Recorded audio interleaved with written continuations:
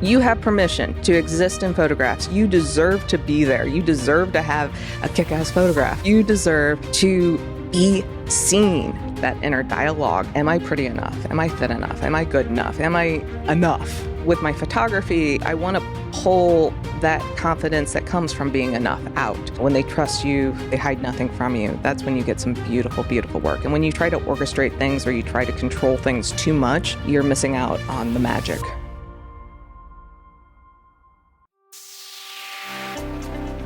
You're listening to the She Lift Project podcast, a show dedicated to helping women achieve higher levels of success in the workplace.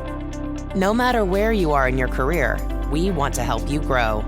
Now here's your host, Cynthia Kirkpatrick, a CPA, CFP, and Senior Financial Advisor at Moneta Group. Welcome to another episode of the She Lift Project podcast. I'm Cynthia Kirkpatrick. Thanks for joining us today. We have Stephanie Zettl, photographer extraordinaire, and her expertise is capturing the beauty on the inside so that everybody can see it on the outside. And I know personally from experience, because just a few days ago, we did exactly this.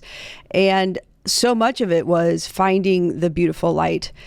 And I can't wait for everybody else to see the picture, as I've seen just a few. I've shared just a few, and so many people are excited.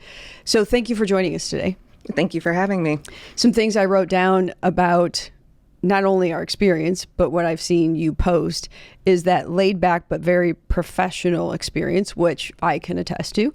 And it was fun, it was quirky, it was kind, but deeply dialed into kind of knowing me ahead of time, that experience of what makes me, what makes the person in front of the camera them, and making sure to show that best version of themselves when you're putting that photography out there. And of course, we have to get into the accolades, because you've written books on lighting, photography, you've won awards, and you've been in many different publications, not only in the United States, but you've been doing photography across the globe. Yeah, it's been really an incredible journey, to say the least. And really, it's something that, I mean, from what I've seen, you've done for a very long time. I mean, this is not something you've just happened into. It's been your life's work. It has. And it's funny because it was an accident how I became a photographer. I've been a photographer for over 25 years now, but the first class was a class in high school, and it was because it was by mistake that I got put into a journalism class, and I was really upset about that.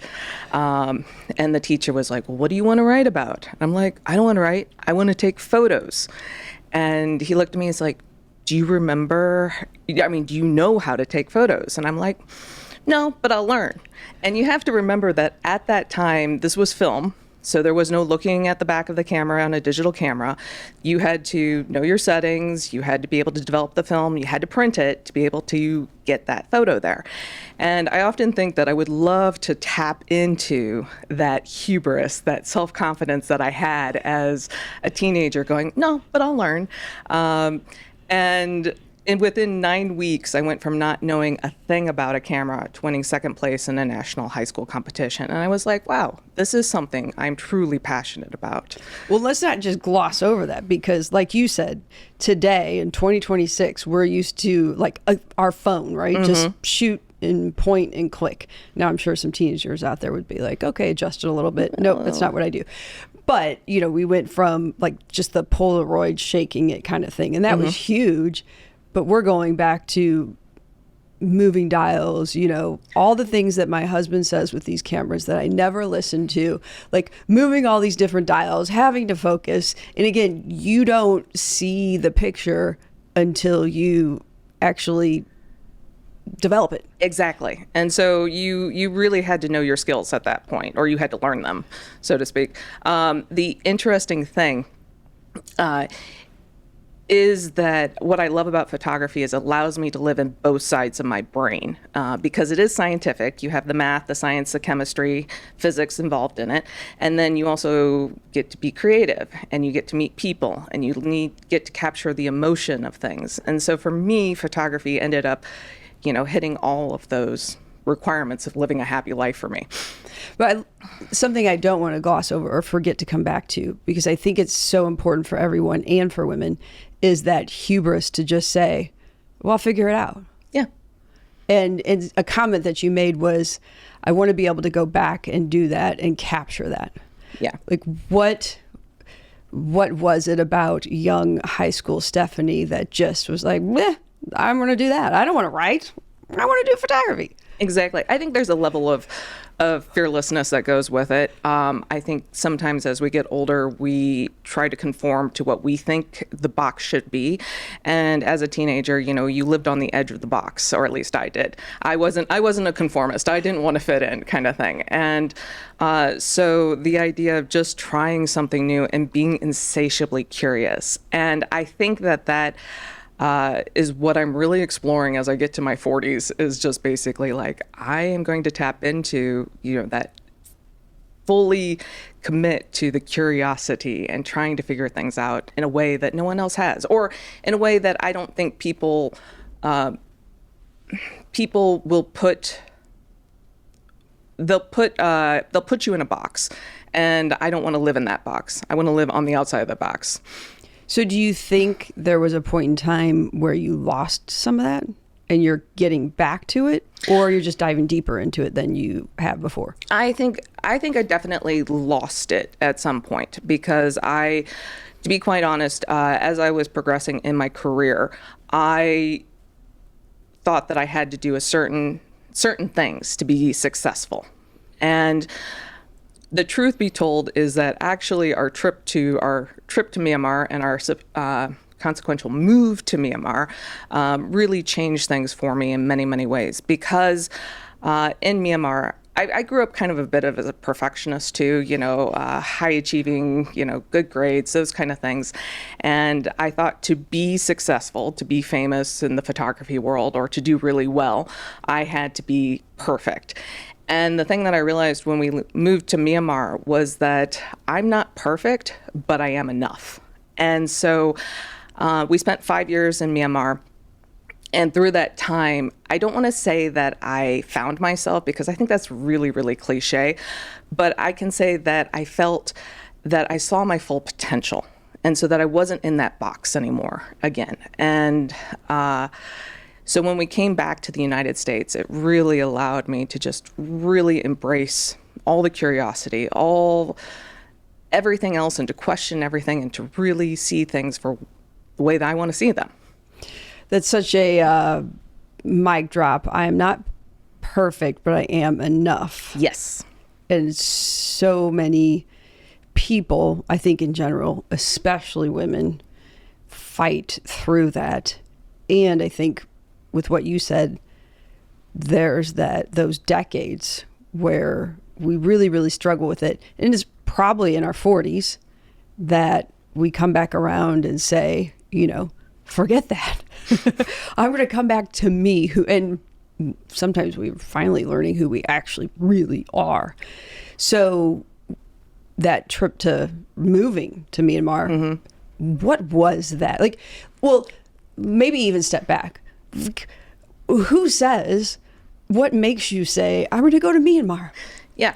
So, and I'm going to say this because most people don't know where Myanmar is. Right. It is literally halfway around the world. It is between India and Thailand and Southeast Asia. China's to the north. And so we met a young lady here who was a refugee, and we became very close friends with her. And at the time, Myanmar was starting to become more democratic. It had been under a military dictatorship for 50 years, and it was finally opening up.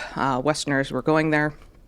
And we're like, let's go for a trip. I want to go see it, before it becomes all blue jeans and T-shirts. Because when we arrived, it really felt like you had gone back in time 50 years. And so when we arrived, we went for 28 days, which was the maximum time you could go on a tourist visa. And on the very last day, we're on the rooftop of our hotel, and I'm watching the birds come back to the trees at sunset to roost. And I had this overwhelming feeling of I'm home. And I think a lot of it had to do with the fact that for 28 days, I could be curious, insatiably curious about everything and learn new things.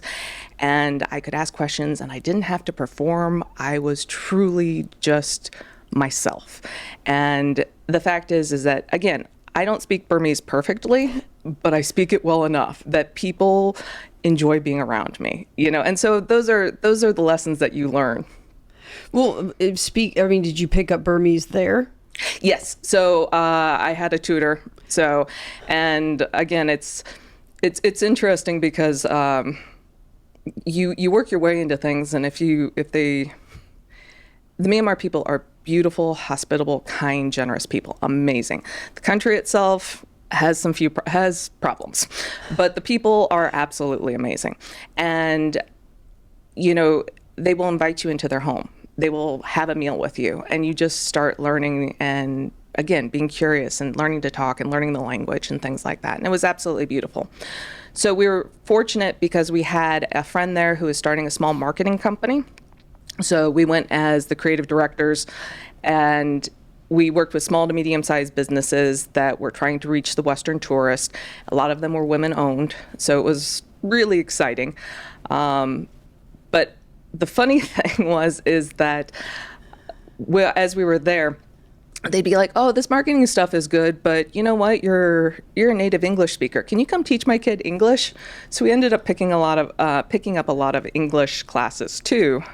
So we got to really be part of people's families, meet their kids, things like that. It was really exciting.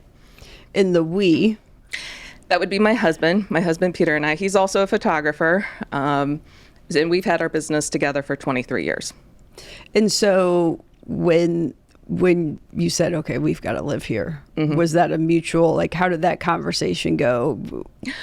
We don't have any kids, and we decided we wanted to have an adventure before we got too old. And so we were both fully invested in it. And how does so you're there 28 days, how does that turn into, did you have to come back to the United States? Did you just stay there? So we came back to the United States, arranged things, because even though it is a developing country, it's actually quite expensive to live there. So we arranged it so we would work here for 6 months, go there for 6 months, because the company was starting and, salaries and things like that. So, and we could do some volunteer work while we were there. So we would start going back and forth every 6 months. And then in January of 2020, we had planned to basically move there and live there almost full time, but then the pandemic happened. And so in March of 2020, the U.S. Embassy said, "Hey, if you don't want to get indefinitely stuck here, you need to leave now." And we were like, we're going to stay till September, October anyways. It's only going to last 12 weeks. We won't have work back in the States. We'll just ride it out in Myanmar. They did not open the airports for commercial flights until June of 2022. So we spent 2.5 years there. There was also a little military coup in the middle of all that. But I wouldn't change a thing. Honestly, it was a beautiful experience of just learning grit, endurance, and just really seeing what you can do. So. And you're actually wearing a skirt. Yes. From Myanmar. So this is one of the traditional hand-woven skirts from Myanmar. And for those who might just be listening, who are listening in the car, listening, running, whatever it might be, black and white, hand-woven, just different geometric patterns in it. Yeah, this one is actually, since it's black and white, I wore it because it's as a photographer, I wear black. That's our uniform. But most of them are actually quite colorful. And that was another step out of my comfort zone because I don't wear a lot of color. But I found that wearing the clothes made me more approachable. And it actually allowed me people were more open with me. And that's the thing, because when people trust you, they hide nothing from you. And so building trust within people, whether it's my clients or my students or just people I meet, if they can trust me, you have that beautiful relationship with people. Man, that's so important for life in business, right? Whether you're a leader, whether you're in sales, whether, you're a parent. I mean, no matter what you're doing, what relationship, right? Everything is built off of trust. Yes. Yeah. And it comes to what do you how do you build that trust? There is being open yourself. There's asking the right questions. There is just being kind, So what is your opinion? What do you think really builds trust? Oh, look at you flipping things around. Yeah, I think exactly what you said. It's when you're real. I think people can sense when you're just genuine and you're truly yourself. When you're in it not to get anyone anywhere, when you're curious about the other person, the situation, from a standpoint of who are they, what do they need, what do they want, what's their story, just from the wanting to know. Yeah. And the kindness. And I think for me, it's always that positive love kind of situation. Yeah. It's interesting about kindness because early in my career with, when I wanted to be a famous photographer, climb that ladder of being famous that way, someone said, well, what do you want to be known for? And I said, I want to be known for being kind. And they're like, oh, well, kind people always finish last. And I was like, no, that's nice people. But the thing is about being kind is it's nice is superficial. Kind really is searching for the best interest of the other person. And I always think about that when I'm taking my photographs, because it's a matter of how does this person want to be seen in the world? Are these photos kind to them? Because I could take a great photo, but if someone looks horrible or it's compromising or it's not, beneficial for them, then it's not kind, and I will lose the trust then again. And I think, for those who are out there and they're like, okay, I need to be kind and always giving of myself. And there's a line, right? There are boundaries. Yes. You can be kind and have your own boundaries. You can be kind and say, I'm not going to stay in this environment where somebody else is taking advantage of me or Correct. Stepping over my boundaries. So making sure that you are kind and also protective of yourself. Exactly. Kind allows you to say no. And sometimes actually kind makes you say no, because it is all based on making sure that you're taking care of everyone. And we talk a lot in today, and I guess as I become more of a leader, feedback, accountability, and I think about it as a parent, and I've been coached kids in soccer, etc. Kind is, as you said, not always being nice, quote unquote. It is saying no to somebody or, giving that feedback because you care and you want to see them accomplish something, or you want to help give them that photo that they want to represent themselves as. So, pushing them in a way to where they want to go. Yes. And they want to succeed. Yeah. And that also requires a bit of curiosity, because where do they want to go? It's not kind to push them down a path that, isn't built for them, isn't meant for them, isn't something that they even want, so having that curiosity and asking the right questions. And, and that's something that I think is beautiful about you in this podcast is your curiosity and your ability to ask questions, because I relate to that because I have to do that in my job too, in making sure that you're asking the right questions to get the right answers to understand the person. Well, we were talking about like curiosity in Myanmar before we started this, and some of the things you learned in Myanmar about their culture and the people, very different, and has brought maybe something different to your photography that you learned over there. One of the things I've always been very much about everyone's beautiful in their own way, and I don't believe that you should necessarily fit one standard of beauty. That has always been a core belief of mine. However, in the United States, you're like, oh, you're beautiful on the inside. And, I've even heard teenagers say, well, they only say that because they're saying it to ugly people, However, when we were in Myanmar, someone would say, oh, she's really beautiful. And out of curiosity, I was like, well, why? Why do you say that they're beautiful?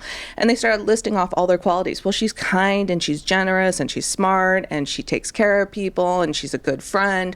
And they're listing all of these interpersonal qualities. They're not listing physical attributes. And I was like, wow, they really truly believe that beauty radiates from the inside. And I think that's very true with photography too, because you can tell when someone's in front of the camera and they are uncomfortable. Their shoulders are up, their face is kind of, jaw is clenched, their face isn't just right, their eyes are kind of squinty maybe a little bit. It's not smizing, it's really uncomfortableness. But the thing is that when you look at people and you really pull out that inner beauty, the shoulders relax, that confidence comes through, those qualities come through. Even photographing you, I was looking at the photos afterwards and I was like, this is Cynthia, because I could see that smile, that curiosity, that playfulness, that joy that you have in what you do. And to me, it really came through in those photographs. Yeah, I think it's especially hard for women with that beauty. Mm-hmm. Because, you think about for decades, right? You watch the old shows, Bridgerton's big, Downton Abbey, and all of the shows from the old ages of, Henry VIII, et cetera, et cetera. And the things those women had to wear and shape their bodies and contort, and the corsets and the things and the whatever, it's like just to look quote unquote beautiful, whatever the beauty was at that time. It was pain. Mm-hmm. A lot of it was pain. And, even go back in the last century and the magazines and the things that were constantly inundated with what is beauty, and the way we, having a boy and two girls, the way we're, even when you go to the baby registries, right? And we're putting on for boys and the funny shirts and stinky or whatever for the boys, and the girls are all bows and dresses and things. We're taught from a very early age that girls stand a certain way, they sit a certain way, they comport, they hold themselves a certain way, where boys don't. And it is all about the external for women, and that's exhausting. Very exhausting. Instead of very much so that what is on the inside, and trying to keep up with that. I think we finally then get to our 40s and say, why are we doing this? Forget this. Yeah. My mom always used to say, she's like, I'm a woman of a certain age and I can say what I want. And she was about my age at the time. She started saying that. And I didn't understand her because I always thought my mom was pretty direct and blunt to begin with. But I realize now that she wasn't talking about just the directness of the way that she spoke, but she was talking about that inner dialogue that she was having, that we all have, of, am I pretty enough? Am I thin enough? Am I good enough? Am I enough? And then you realize I am enough, and I think that's one thing with my photography, is that I want to pull that confidence that comes from being enough out, because there is great beauty in that confidence. And I think you hit on something there. It's making sure that on the inside, we're telling ourselves we are enough, because how can we necessarily show that confidence and project to others that we're enough if that voice on the inside is not saying you're enough, and believing it? Exactly. And that's a lot of inner work that we all have to do, but it is also like, who do you surround yourself by, and who are the people that are supporting you? I always want to be the person that they're like, hey, that was a good experience with Stephanie, because I walked away, feeling good about myself. Yes, we're going to take some amazing photographs, but I want the feeling attached to it that, yes, you are enough, you are beautiful, we are, everything you want, we are going to get that. Well, and I tell you, I'm laughing as I'm getting ready to describe this experience, because my experience with you is well before we got into the room and, you know, dressed and got ready to take the picture, because it was talking about what's this going to look like and how are we going to set up. And, you know, you seeing me, it's like I'm always standing oftentimes with my legs spread out and my hands in my pockets. It's just more of a, like, having played sports and soccer, it's just more of a, I don't want to say power pose, but a very probably strong pose. And then as we get ready to go, I am awful at picking out outfits, and I'm uncomfortable picking out clothes and outfits and things, and, you know, the stress of wanting it to be great and perfect. And so I brought half my closet. Yes, I did. And my husband loved that. And all the shoes and all the jewelry. And I just threw it in the car. We carried so much up.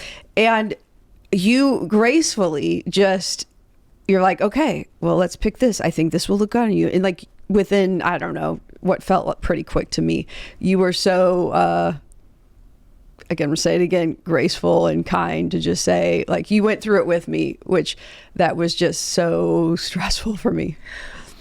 Thank you for sharing that with me. I honestly, for me, that was the bare minimum I could have done for you. So the fact that you're like, oh, you were so graceful and kind, or to me is,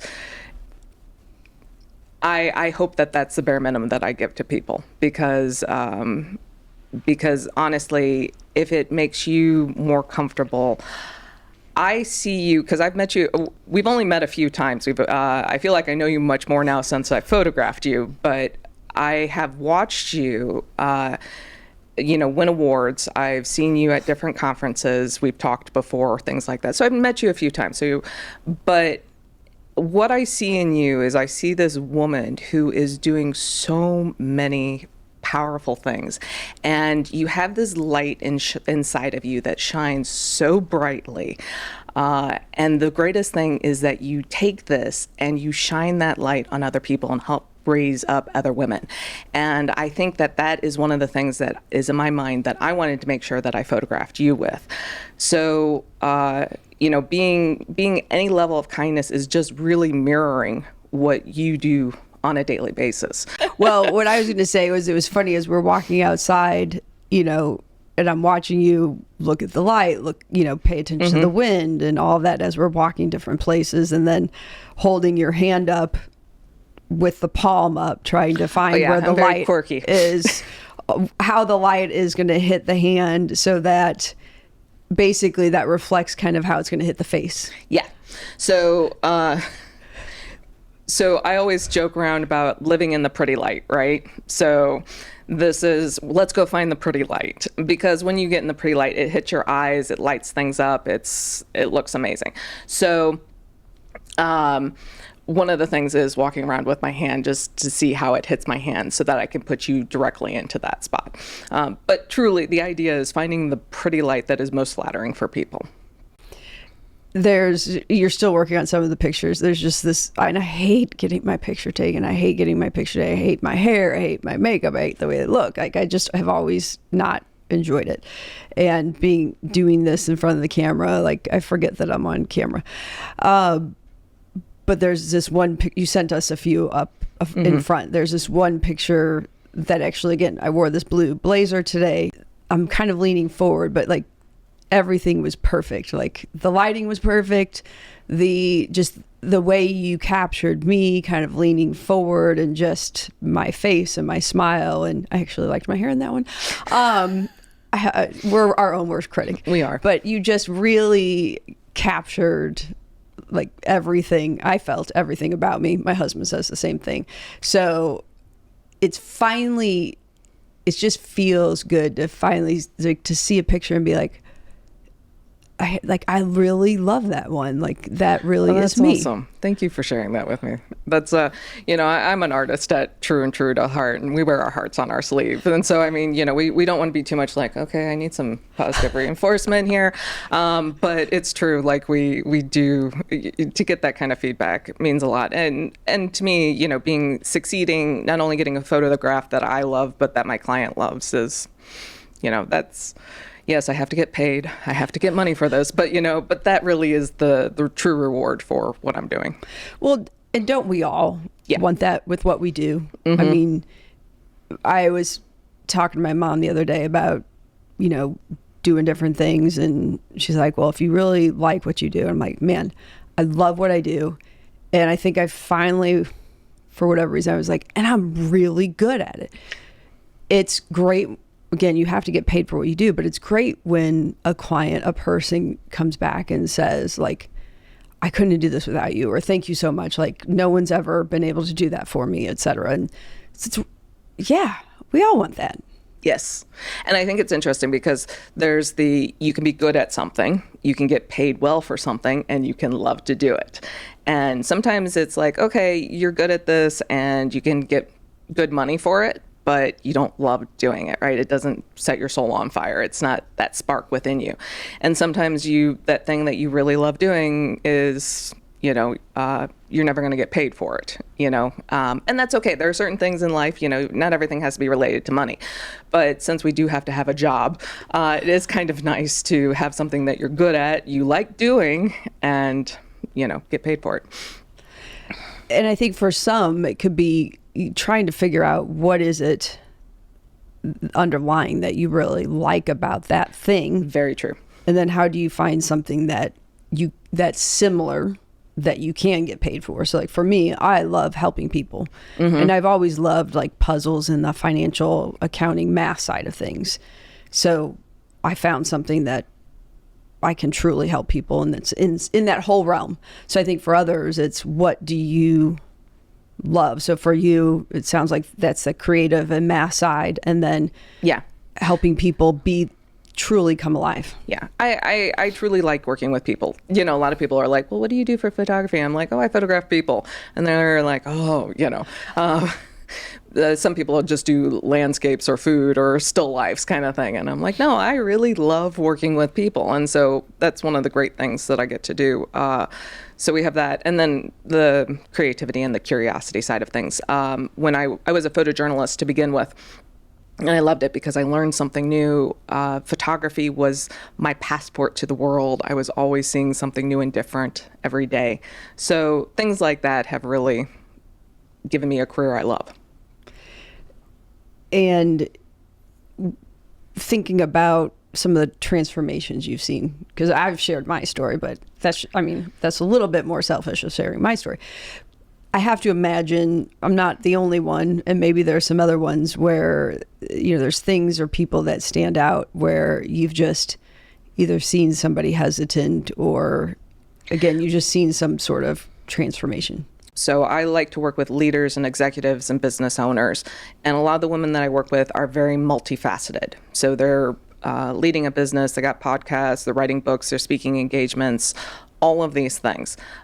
Incredible, intelligent, talented women. But there are a lot of people, unless they are on camera all the time, they do get nervous in front of the camera. And a lot of people don't like necessarily being photographed because they've either had a bad experience in the past, or they don't have the confidence because they just haven't gotten a great photo where the photographer has listened to them and made sure that they are portrayed the way that they want to be. So they don't feel seen is the right word. So I have experienced where I've had clients come in and they look great. The first few photos, first 10 minutes, we get some great photos. But about 10 minutes in, you can just see their shoulders relax. And at that point, that I've known that I've gained their trust. And with it comes seeing that inner beauty, that bright light from the inside. And because of that, of the photos that I have delivered to them, they feel more confident about going and giving a speech at a conference, or, that extra little bit of, okay, I'm going to put myself out on social media more. I'm going to build my brand. And so I think that in many ways it gives permission for people to shine. Yeah, well, it reminds me that there's some pictures that I've sent for different events, and it's like, oh, I don't like that picture, or that picture is tied to a memory that I don't like. And so it's been a long time coming to get new pictures, and I will be much happier about sending these new pictures out, and it'll be just a much happier experience to be able to do that. I'm going to pull on something you just said there about memories, right? And how important photography is for our memories. And it is true, because you have a photograph taken, and it's not just that photograph of how you looked, but it's all the things that are going around at that time. And even now, like, I have to send out a few headshots in a couple of weeks. So I'm going to get my own headshots taken again. It's a little bit difficult because my husband thinks that every photo is gorgeous of me. So, it's a good problem to have. It's a good problem to have. But so there's always this kind of like conversation that goes on when he takes my photograph. But he's a great photographer. But my point being is that the photograph that I am using right now is about a year old. And I know that the woman that I am now, right now, is much more confident. I'm much prouder of the woman I am now than I was a year ago. And that woman a year ago was still a fabulous person. But I love to see the growth. And the same thing with people too, is that they're like, oh, I got a little bit more gray hair, or I have a few more wrinkles, but in time you have become this more powerful, confident person, and you deserve to be in photographs. Yeah, I'm curious, the difference in photographing women and men. Ooh, that's a good question, right? The funny thing was that when I started in my career, women have always been very critical of themselves, their hair, their makeup, their clothes, everything. Super critical. Men in general, they just show up. Maybe the suit will fit, maybe it won't. Can we button the top shirt? Can we button the coat? That's always a question. No matter how much prepping or prompting or emails you send out beforehand. However, the crazy thing is that in the last 5 to 10 years, I've seen more and more men. I would say 5 years have become very self-conscious, much more so than 20 years ago. And so in them, it's the same thing where I'm trying to, calm their nerves, get them to trust me, and to just relax a little bit so that confidence again comes through. It's very interesting. And with women in general, and you mentioned, some of the executives and things, do you see a theme? Do you see general characteristics or things that hold them back or they have to work through? That's a good question. I think that the thing that would hold them back is just this idea that it's going to be painful, at least, that this is going to be a hassle, and it's going to be time and energy spent, and they're not going to like the results in the end, just because of past bad experiences that they've had. So I'm constantly fighting through that. The other thing is that the women that I'm working with, because they are, executives and leaders and business owners, is that they don't have a lot of time. So I am very appreciative of every minute that they give me. And if they give me a little extra time to play, great. I'm happy. Maybe we create something awesome. But at the same time, if we have a very set time, I will respect that, of course. Because the great equalizer, of course, is time. That's what we all have. We only have a certain amount of time. And so I am very grateful, of course, when people give me that time. But trust also comes from spending time with people. So I don't like to do the click, next, step and repeat photos, because I don't feel like I ever connect with people when I do that. When we went through our photo shoot, there was definitely a lot of variation, differences, and then even just some, like, I don't know, I'd almost think randomness. Like, we were underneath the stairs, just sitting there in a different pose than you would expect, under stairs, sitting, leaning forward. Exactly. I should have sent you that photo so you could have seen it before the podcast. But that was an example of us playing. So I saw something, and you had my trust, or I had your trust. And so it was a matter of, okay, this could be really cool. Let's try this out. And, we only spent like 3 or 4 minutes there, but it gave us an opportunity to have something different. Because I think one of the other things that is a huge problem for women executives is that the photos that are taken are very cliche. It's black suit, arms crossed, look powerful. And, that's not who most of these women are. They're extremely intelligent, powerful, kind, caring. They care about their community. Otherwise, they wouldn't reach the position that they're in. it is funny because one of the last sort of headshots time frames, and this is going back a couple years, that I had gone through, there was very much like a stand up straight, stiff, and put the arms, kind of stiff, crossed. And I remember there's only a few I really had to pick from, and my husband was like, that's not you. And it really wasn't, because I'm just never really, I cross my arms, but it's not in a very stiff, stoic way. No. Actually, we do have a few photos that I think are good of you with your arms crossed, but they're more in the sense of like a natural resting. So instead of the strong, I'm going to prove my power by crossing my arms, and that is never how you don't gain power that way. Right. Yeah. So it's interesting, kind of I don't know, maybe the old way of doing things, which is probably in that setting where it's kind of like that quick, we got, bring them in. There's an assembly line at the office where, hey, we've got this photographer for so many hours. We've got 10 people who signed up, bring them in. I get it. It just, I'm probably not the natural person to work well in that scenario. I don't think anyone is, honestly. I mean, there might be some people who,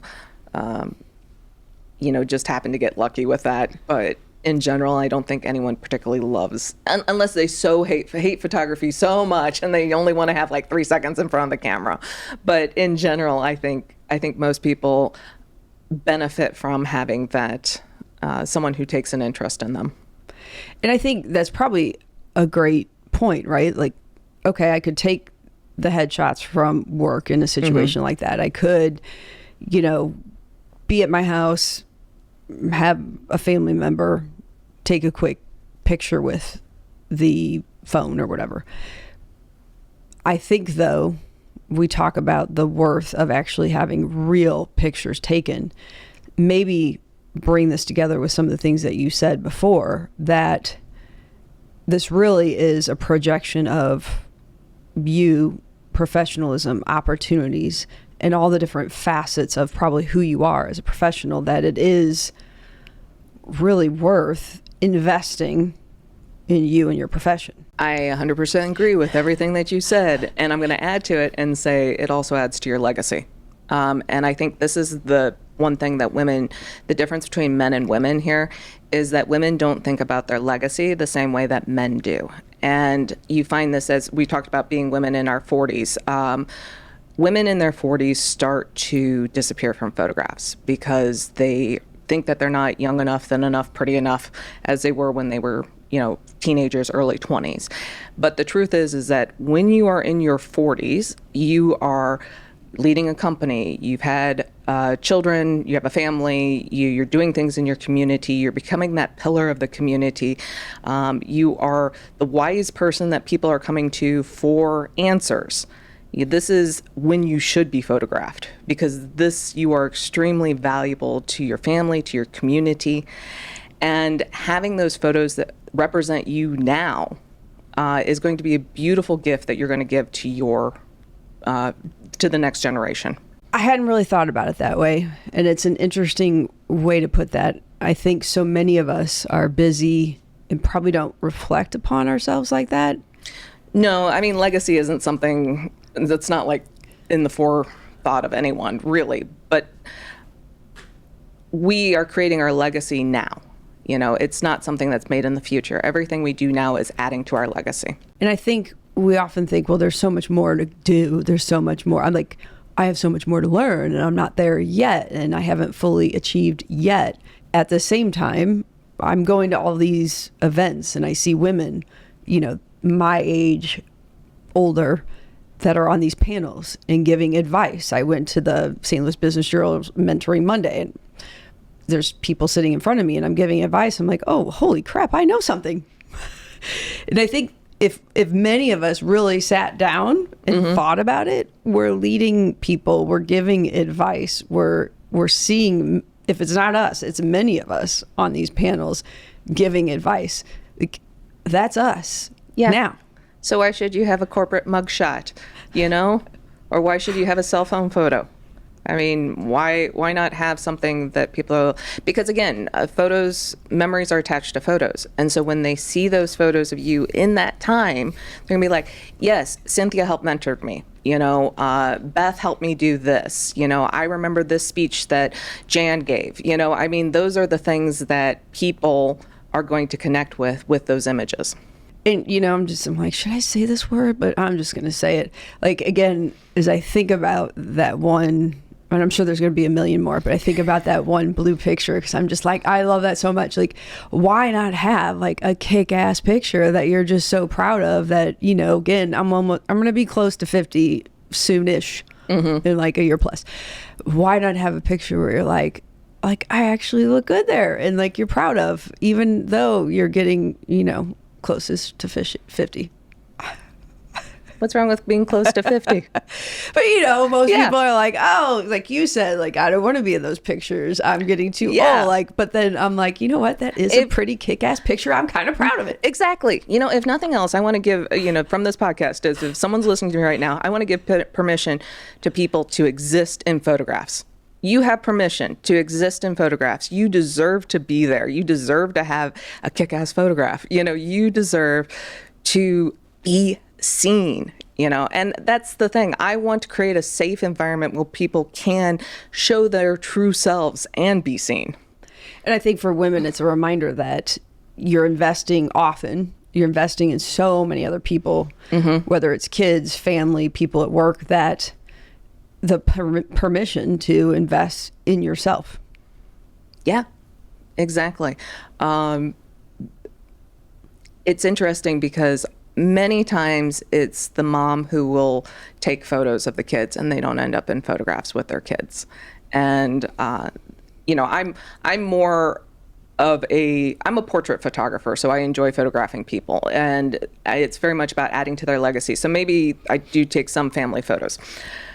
But what I think there is, it's so important to have all the family members in those photographs together, because you're not creating, this is going back to, yes, you're creating this for yourself, but you're also creating this for your children, because they will remember you at this age, because this is the age where you were really helpful to them, you know, and it's the most impactful that you'll be with them.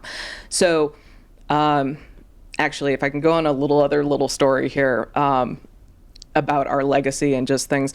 I remember I was taking a photograph of 4 generations, and the great-grandmother, 94-year-old woman, beautiful woman, but she's like, I'm done, I'm old, you know, you don't need to be taking any more photos of me, right?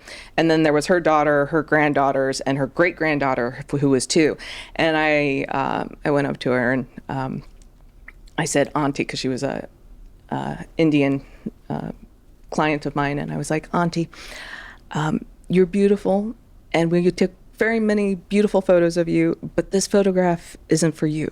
It's for your great-granddaughter, because I want her to see all the beautiful, powerful women that she comes from, so that when she is your age, she knows where she comes from. And of course, that changed the script completely. And she's like, oh, okay, and was happy to get photos taken. And I think that sometimes we need to realize just how our photos are going to impact, you know, the next generation too. So investing in ourselves and getting our photos taken is actually going to have an impact on the next generation.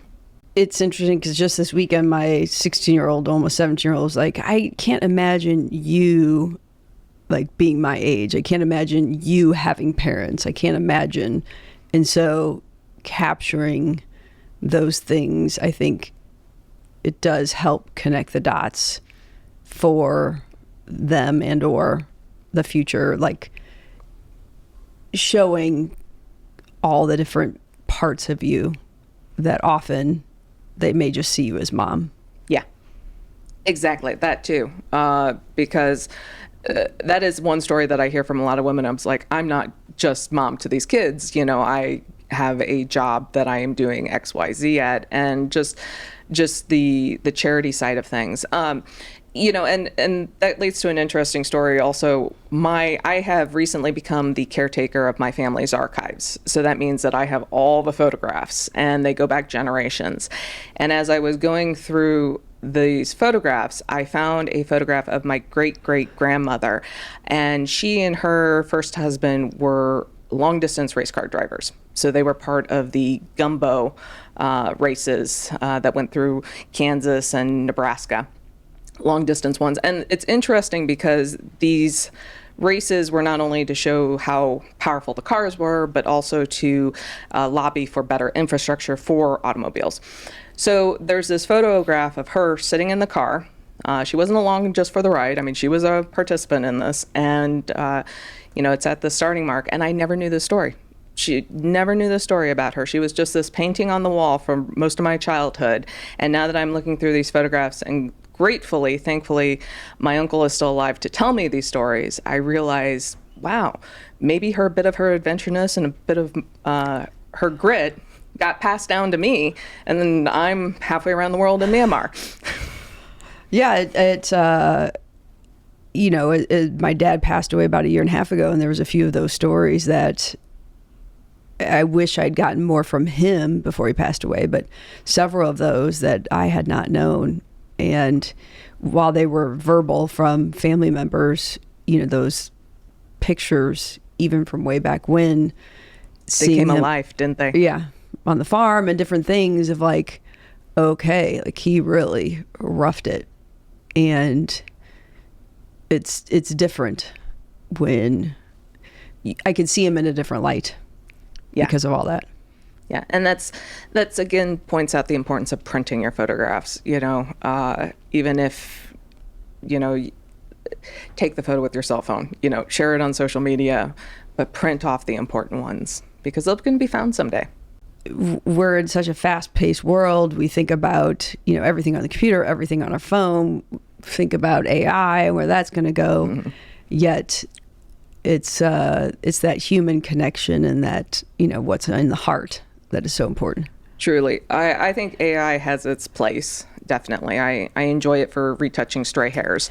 But the actual creation of a photo, or I'm kind of on the offense if you should use it as a headshot if you are straight out of school and you don't have anything and you need something right away. Okay, fine, whatever. But even then, I'm kind of like, I don't think it's the best idea to use AI because it's not authentic. It's not truly who you are.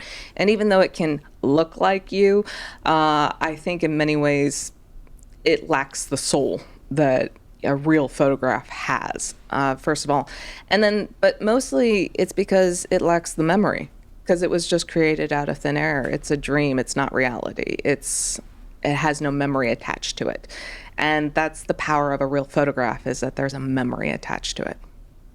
Yeah, that's a great point. I mean, the memories are so important and impactful. It's that emotion that we tie to something that we remember it more, or it's so much more impactful. Yeah. A photograph should have two things in it. It should be well lit. The technical side of it should be very good, but it should also have a sense of life to it. And if it's lacking in either one of those, it's not a good photograph. So I'm always looking for the pretty light, but also that life, that spark of life within it. And we talked about 25 years of photographing, from being in high school and accidentally learning and taking that risk on photography. What are, through that evolution of not only the technical side of things, but working with so many different people, so many different countries, what are some of the things that you've learned and or positions that you've changed, or your thoughts have changed over that time frame? It's a pretty loaded, big question. Ooh, that is a very big question. I appreciate it though, because it's very insightful and deep. And I think the big thing is learning to not be stuck in my head about what perfection is, and really just to embrace the beauty that's in front of me, and to seek it with curiosity, and just be able to say, this is beautiful. How do I share this with other people? I think that not getting in my own way is probably the biggest thing that I've learned, because again, when people trust you, when people want to be seen, When they trust you, they hide nothing from you. That's when you get some beautiful, beautiful work. And when you try to orchestrate things or you try to control things too much, you're missing out on the magic that happens. I think there's a lot of personal growth that has happened throughout my career. I think the level of confidence, again, and just trying to shed that perfectionism, because you can over-retouch things. I mean, it's funny how my photography can reflect, the inner dialogue in my voice, kind of the inner dialogue that I have, because when things are like overly processed or overly sharp or overly controlled, you just see how that you have that really controlling attitude of things, versus when you start to let that go a little bit, you really see how the beauty of people just shine through a little bit better. You see that glint in the eye a little bit more. And so I think that's probably one of the biggest things that have happened in the last 25 years. It's like when it's too controlled and it's too perfect, then people don't buy it. Doesn't feel real and they can't connect to it. Yeah. Unfortunately, I think authentic is becoming a bit of a buzzword, but I think it's truly the best word for it. You want something that is authentic and true to you. Because real life isn't perfect. It's messy. All the time. Like, we have wrinkles. We have something that's out of place. I mean, we get zits, we get whatever. Like, I got stray hairs all over the place all the time. That's what life is. Yeah. And it doesn't have to be raw. Like if there's a bit of acne, I'm going to retouch that because that's not something that you're going to have every day. But at the same time, if you have blue eyes, I'm not going to make them brown, because that's not true to life. I think the thing is that when we control too much, we betray ourselves. You mentioned confidence, and I think a lot of people, and especially women, but I do think a lot of people struggle with confidence. Mm-hmm. Man, wouldn't it be great to be in our 20s and be more confident? And I don't know if that's possible. Is it just experience? Like, how do we get more confident? How do we gain that? Like, how did you, or how do we do that? It's interesting because I think confidence is data. And so what I mean by that is that once you have the data, once you've done something, then you can realize, okay, I've done this well, or I need to improve on that. And that's how confidence is built, right? So confidence is not a feeling. It's not something that you can just go out and say, I'm going to be confident. So in some ways, like with the photography, some ways it's just a matter of doing it. And so when people work with me, there is a bit of coaching that goes on so that people understand, like, oh, okay, I understand how to do this. Because if you just tell someone, go stand over there and look pretty, it's like they don't know how to do it. They've never done it before. They don't have the data. There's no confidence to it. So by coaching, you are able to I'm able to help people with their confidence. In general, what I like before a photo shoot, ways to do it is stand in front of a mirror. You may feel silly, but stand in front of the mirror and kind of look, do I like this side of my face or that side of my face? If I stand at a 45-degree angle or if I stand straight on, how does that look? And I think being able to express to your photographer things that you are self-conscious about, like, I don't like a double chin. So, and I'm also self-conscious about my, wrinkles here between my eyebrows, my 11s, so those are things that I'm personally self-conscious about and I don't want highlighted in a photograph. And the way that you pose people and you work with them can do that. So just even being able to be honest with your photographer can create that confidence too. So data, experience, and by doing. Yeah. It's not a feeling. And you're never really ready. You just choose to do it, and I think confidence is all about the data that you have. And I think it goes back to some things you said earlier, which many of us know is letting go of that perfectionism. And as you said, getting back to maybe that high school part of us, or even younger, of saying, I'm just going to try it. I'm going to try it. So confidence is data. And the thing is like, you have to make sure that you're getting good data, because if you don't have good data, you can't make good decisions, right? And so a lot of times we'll be like, well, that's an ugly photo of me. And you got to think about like, well, who took that? You know what I mean? Like, and where was it taken from? Are they a professional photographer? Was it living in the good light? You know, all these other things, so that you're realizing, oh, that one bad photo of me does not define me. That is not all the data that you have.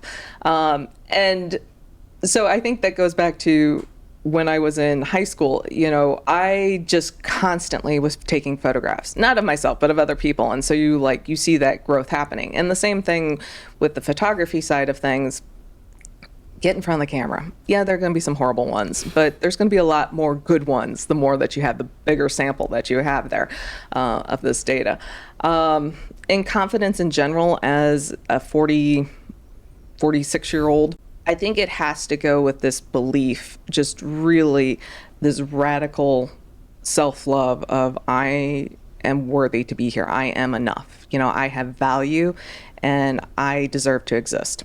And I love that part where you said about, well, obviously that's so true. And I think maybe I hesitated a little bit because I've learned that lately, like, you really need to say, I love you and you're worth it and you're amazing and you're awesome. And so I probably glossed over that because I'm working on all of that too.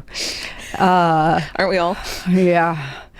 That data, and you said just taking a ton of pictures, and I think that's taking a ton of action and trying a bunch of different things and knowing that you have succeeded at so many things. So one event, one action, trying one thing does not define you. That one bad picture does not define you. And, you know, gather information around that event, you know, why, whichever, like, you know, maybe there was who took it, what was the weather like, et cetera, et cetera. That, again, don't let it just be that one event that breaks that confidence. Take a moment, pause, bring in all the other things that you've done. But again, you can't do that if you don't go and say, take action, take action, take action, take action. Exactly. And I'm very critical of myself, and I'm very critical of my work too. But I think that you have to be critical in a way that's productive. So if you're like, hey, I don't like this photo of me, ask why. You know, why do I not like this photograph? You know, is it my hair? Is it the lighting? Is it the weather? You know, whatever it was. Is it that outfit? You know, I thought it looked great in the mirror, but, you know, it wasn't as flattering as I thought. And instead of just saying, you know, this is one bad photograph that I didn't like, versus saying, you know, I'm ugly, I don't deserve to exist in photographs, you know, I'm never getting my photo taken again. Be curious, ask why. And the other thing, like, you know, I think we're hearing a lot more of like the importance of embracing failure, not because we want to fail, but because you learn quickly, you know, and you can succeed once you know things just don't work that way, but you can try this way.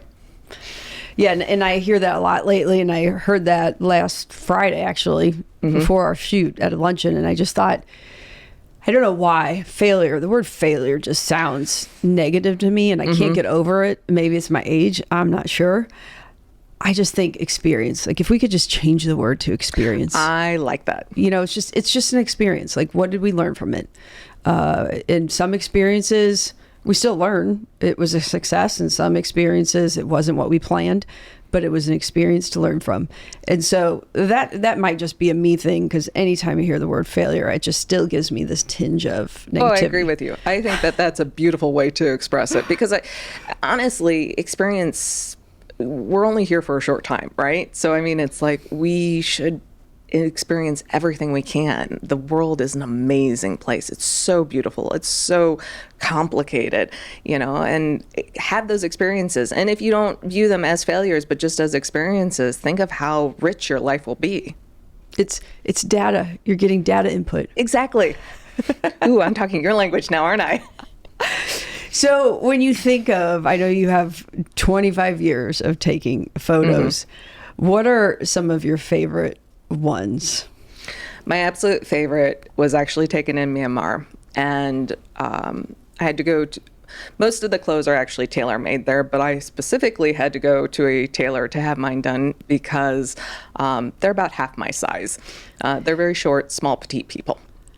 So I'm at my tailor's and I'm sitting on the floor and I have my camera and she is doing some last minute alterations on my skirt. And I take this photograph, and the way the light was and the fact that you can see the calendar with the Myanmar numbers, and because they write in their own script, and just her at this old school pedal sewing machine, and it's in black and white, and it's my absolute favorite photograph because in many ways it's just the story of us arriving in Myanmar. That's one of my absolute favorite photographs. I think the photographs that I've taken of people have often been in those quiet moments between the expected photograph. So they're the ones where people are where they're pausing. You know, they're not expecting the photograph, but they're natural, and you can see that they're relaxed and confident.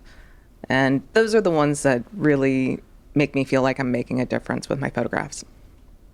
Yeah, I remember seeing you every now and then click, and I'm like, oh wait, I wasn't posed. And I thought, I wonder what I look like in that. And there were some fun ones in there that, Yeah. you know, just having a little extra fun, being a little extra quirky. That.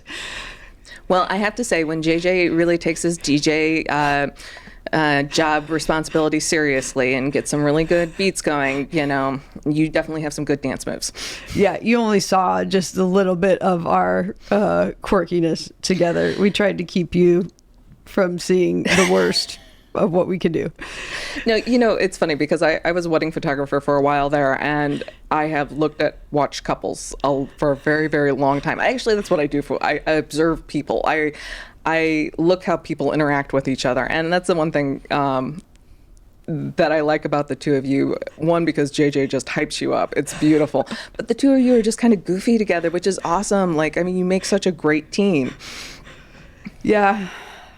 I was about to make a joke, but I won't, because he's sitting there and does all the work on editing this and everything. So I'll just be kind.